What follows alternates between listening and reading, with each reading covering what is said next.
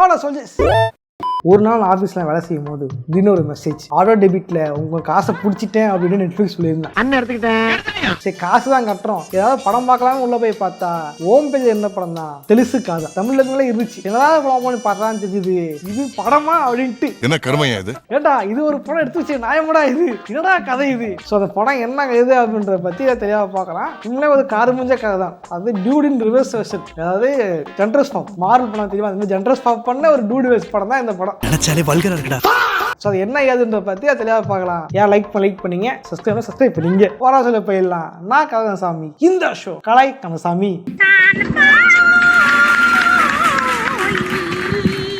படத்துல சாயலாம் பாத்தீங்கன்னா ஹீரோ வந்து புலம்பிக்கிட்டு இருப்பாரு, என்னை விட்டுட்டு போயிட்டா பச்சி, லவ் ஆயிடுச்சு அப்படின்ட்டு. ஆனா படம் ஃபுல்லா பார்த்து தெரியும் விட்டு போந்த அவரு இல்ல, இவரு தான் விட்டு போயிருந்திருப்பாரு. அது கூட பரவாயில்லைங்க, தன்னோட ஆட்டிடியூட் தான் வந்து பயங்கர கொடூரமா இருக்கு. தலைவன் மனசுக்குள்ள ஆள் மனசுக்குள்ள போய் யாரோ ஒருத்தர் வந்து நீங்க ஒரு அர்ஜுன் ரெட்டிங்க, நீங்க வந்து அர்ஜுன் ரெட்டியே நடிக்கணும்னு சொல்லிருக்காங்க போல. தலைவன் வந்து படத்துக்கும் சப்ஜெக்டும் சம்மந்தமே இல்லாம எப்ப பார்த்தாலும் மாசம் நடக்கணும்னு டமாஸ் பண்ணிட்டு இருக்காரு. இவன் மாஸ் இல்லடி கமாஸ்.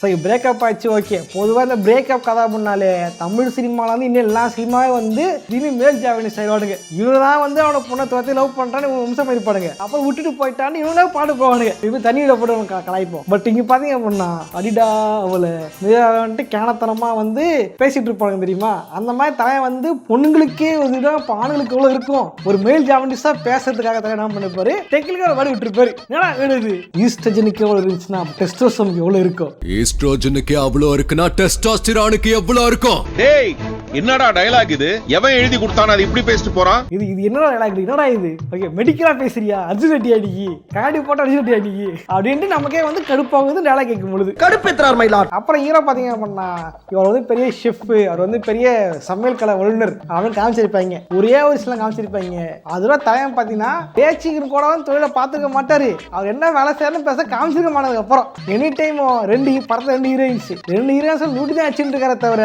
அதாவது வந்து வேலை செஞ்சாலும் பேச காட்டவே இல்லை. வா சார் வேலை செஞ்சிருப்பாரு, நீங்க தான் பாக்கல. என்ன வேலை, என்னது அவங்களுக்கு புரியுமா, தப்பாக்குதுண்ணா ஹீட்டுன்னே பேசுறேன், புரிஞ்சு போச்சு. ஹீரோ பார்த்தீங்கன்னா வந்து அனாதை அப்படின்னு சொல்லியிருப்பாங்க. ஆனால் தலைவன் வந்து படிக்கிறது, தலைவன் வந்து ஓட்டுற காரு, வீடு எல்லாம் பார்த்தா ரொம்ப எலைட்டா பணக்காரா இருப்பா. அப்படி இது வந்து அப்பா அம்மா யாருமே இல்லையா, ஆனால் வந்து பணக்கார காலேஜ் படிச்சுக்கிட்டு பணக்கார உசார் பண்ணிட்டு இருப்பாரப்பா. இதான் எப்படி நடக்குது ஒன்றுமே புரியல. ஏப்பா நம்மளே கஞ்சி கூட வழி இல்லாம இருக்கான், இதெல்லாம் நமக்கு எதுக்குப்பா. அப்புறம் பார்த்தா வந்து பெரிய காரு பங்களா, இந்த வாரிசு படம் பார்த்து தெரியுமா, வாரிசுல வீடு காட்டுவாங்களே அந்த மாதிரி பெரிய பங்களா பெரிய கார் வச்சிருப்பாரு. அதெல்லாம் அவன் சம்பாதிச்சு வாங்கினது. அவன் தான் பெரிய செஃப், ஹோட்டல் ஆகியிருப்பான். அதெல்லாம் ஹார்ட் ஒர்க் சொன்னாங்க. ஆமா, அவன் படிக்கும் போதே அவனுக்கு வந்து ஃபாரின்ல வேலை கிடைக்கும், அவன் தான் போக மாட்டான். ஓ படிக்கும் போதே 10,000 சம்பளம், அதுவும் அந்த கேட்டகரியா. சென்னை பேசுறேன் சைக்கடி பாருங்களே, ஏற்றதை கட் பண்ணியாத சும்மா இருக்க முடியாதடா. அப்படிலாம் இல்ல, படம் வந்து ஏதோ ஜிவிஎம் படம் மாதிரி மிடில் கிளாஸ் வைங்க, 10வது பணக்காரமா தான் இருப்பாங்க, கேட்டா பேருக்கு மிடில் கிளாஸ். அந்த மாதிரி வந்து ஒரு எலக்டா காட்டுன்னு காமிச்சிருப்பாங்க அந்த படத்துல.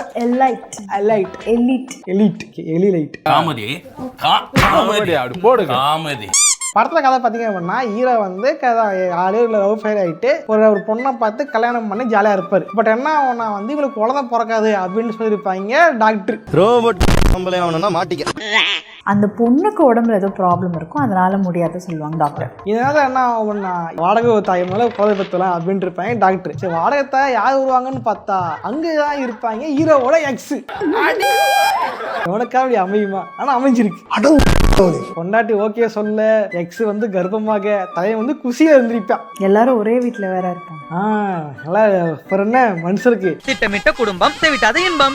ஆக்சுவலி இந்த ஹீரோயினுக்கு ராஷி கண்ணாக்கு வந்து தெரியாத ஸ்ரீநீர் வந்து அவனோட எக்ஸ் லவர் அப்படின்ட்டு. அவரோட டாக்டர், அந்த அவங்க தான் வந்து ஐவிஎஃப் ஸ்பெஷலிஸ்ட், அதனால அதுல போய் ஃப்ரெண்ட் ஆயிடுவாங்க. ஆனா இந்த பொண்ணுக்கு தெரியும் அது அவன் எக்ஸோட ஒய்ஃப் தான் அப்படின்ட்டு. அது தெரிஞ்சுதான் அது வந்து நானா பண்றேன் உனக்காக ஹெல்ப் பண்றேன்னு. கிக்கான ஃபிகர்னு பார்த்தா இது மக்கான ஃபிகரா இருக்குது. இல்லைன்னா இங்க பாருங்க, இந்த பேர் குழந்தை இல்லை, வந்து குழந்தை போய் தராங்கன்னாங்க, எக்ஸா இருந்தாலும் ஹெல்ப் பண்றேன்னு சொல்றாங்க. அப்ப என்ன பண்ணா, காலை கழுவி குடிக்க வேண்டாமா, அட்லீஸ்ட் ஒரு நன்றிங்க சொல்ல வேண்டாமா. அதெல்லாம் என்ன பண்ணா, காரை தூக்கி விட்டு வீடியோ பத்த வச்சுக்கிட்டு நான் ரிவெஞ்ச் எடுக்கிறேன் பாடுறா, மாஸ்க் காட்டுறேன் பாடுறான்ட்டு பிஜிஎம் போட்டு லூஸ் ஆகிட்டு இருப்பாரு ஹீரோ.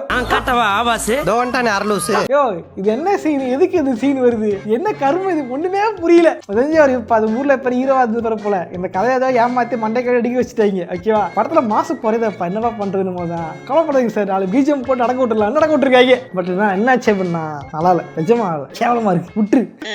இதுக்கு நடுவில் என்ன ஆகும்னா இது வரைக்கும் கதை வந்து ஒரு மாதிரி போகும். திடீர்னு என்ன ஆகும், ஹீரோ தெரியும்ல தன்னை மாஸ்க் காட்டிய வாம்பயர் அப்படின்னு நினப்ப ஹீரோவுக்கு என்ன பண்ணாலும் பெரிய வாம்பயர் மாதிரி கொள்ள கன்ஃபார்ம் ஆனதுக்கப்புறம் இவனுடைய எக்ஸ் உனக்கு தெரியாது இப்போ சொல்றேன் அப்படின்ட்டு இவரா வாண்டா வண்டியா இருந்திருப்பாரு ஹீரோ. இதுக்கப்புறம் படம் தெலுங்கு படத்துல இருந்து சொல்வதெல்லாம் உண்மையா மாறிடுது. சொல்வதெல்லாம் உண்மை இவன் சொல்லுவாங்க இல்ல 2 பேர் இல்ல ஒருத்தர் தான் அவங்க சொல்லுவோம். அவர் சொல்லுவாரு 2 பேர் தான் மேடம், உயிரே 2 பேர் தான். 2 பேர் தான் மேடம், 2 பேர் கிடையாதுங்க. உயிரே போனாலும் சரி 2 பேர் தான்.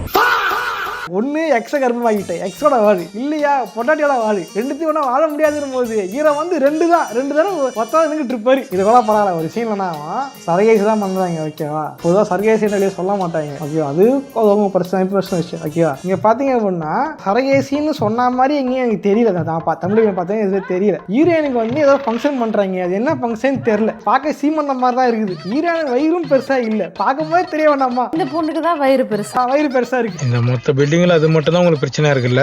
ஆனா ஹீரோயின் உட்காந்துட்டு வந்து சீமந்தம் பண்ணிக்கிட்டு இருக்கேன், அந்த பொண்ணு வெளியே பாத்துக்கிட்டு இருக்கு. இது என்ன பண்ணுமே புரியலையே. இல்ல படத்தை எடுத்தவன் லூசா, இல்ல பாக்குற நம்ம லூசா, இல்ல படத்தை கேரக்டர்ஸா லூசான்னு தெரியல. எல்லாரும் லூஸ் இந்த படத்துக்கு வந்திருக்க எல்லாம் இதை பார்த்ததுக்கு ஒரு தாய் கேள்வி கிறக்கி விட்டுருப்பாங்க. தாய் கேள்வி இறங்கினதுல இருந்து ஒரே ஆபாச வார்த்தைகள் தான். அதான் ஏதோ பேட்டரி வீக்காம பாத்தியாடா கிளவிக்கு கொழுப்ப.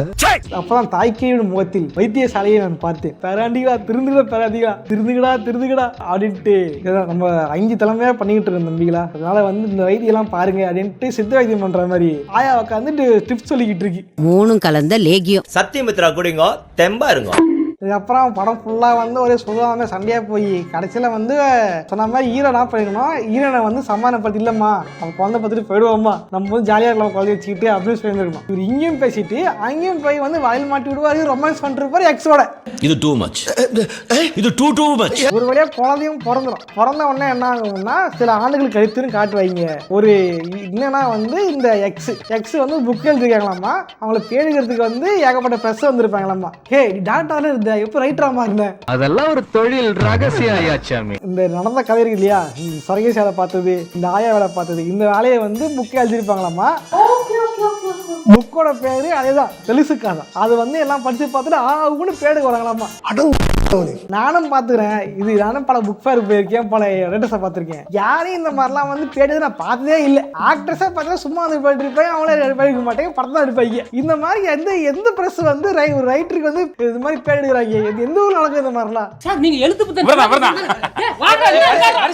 இன்னையா இது சம்மந்தமா காட்டிக்கிட்டீங்களா பாஸ், இவ்வளவு நேரம் மட்டும் சம்மந்தமா காமிச்சுக்கிட்டு இருந்தாங்க. கரெக்டுதான். சரி, அந்த பொண்ணு எதுக்கு விட்டுட்டு போனா, ஏன் சண்டை ஆச்சு, அவங்க லவ் ஸ்டோரி என்ன, ஒரே ஒரு பாட்டு வரும், ஃபுல்லாவே 18+ தான் காமிச்சுக்கிட்டு இருந்தாங்க. அது அப்படி இல்லை, அது வந்து நான் சொல்றது 2 பேர் லவ் பண்ணுமோ வந்து அப்போ வந்து பேபி ஃபார்ம் ஆயிடுச்சு. என்னடா சைக்ளோன் ஃபார்ம் ஆன மாதிரி சொல்ற? அதான் நான் பண்ணிருப்பேன். ஹீரோ வந்து ஓகே பேபி கன்ஃபார்ம் ஆயிடுச்சு, சரி 2 பேர் லவ்லாம் பண்ணலையா, 2 பேரும் வந்து ஜாலியா ஒரு ரிலேஷன்ஷிப் இருந்திருக்காங்க. லவ் பண்ணுவான் தான், அவன் தான் லவ் பண்ண, அந்த பொண்ணு லவ் பண்ணல. அந்த பொண்ணு கண்ணனை லவ் பண்ணவே இல்லடா, ஃப்ரெண்டா தான் இருந்திருக்குமா. ஃப்ரெண்டா? ஆமா அப்படிதான் சொல்லலாம். நீ எனக்கு ஃப்ரெண்டு மாதிரி தான், அவனை லவ்லாம் பண்ண முடியாது, கல்யாணம் பண்ண முடியாது, இப்படியே இருந்துலாம் தான் சொல்லலாம். அப்போ வந்து ஓகே பாப்பா வந்துருச்சு, இதுக்கப்புறம் கல்யாணம் பண்ணிக்கலாம் ஜாலியா வந்திருப்பான். திடீர்னு பார்த்தா வந்து என்ன சொல்றது, பண்ணக்கூடாத காரியத்தை பண்ணி கடைசியில வந்து 2 பேர் பிரிஞ்சிருவாங்க. அதாச்சு இந்த அம்மா வந்து இப்போ குழந்தை பெற்று கொடுத்த காரணமே அதுதான், அந்த கில்ட்ல நான் இருந்தேன், அந்த கில்ட் வந்து குழந்தை பெற்று கொடுத்த உடனே சரியாயிடுச்சு அப்படின்ட்டு வந்து படத்தை முடிப்பாங்க. நமக்கு வந்து எப்படா சாமி அது பண்ணாம இருந்திருக்கோம். கட்சி இந்த படத்தை ஃபுல்லா நான் அந்த மிஸ்ஸைகளை பார்க்கவே இல்லை, ஓட்டாங்க. நான் தான் ரோஸ் பண்ணமேன்னு கடைசி உட்காந்து பார்த்தேன்.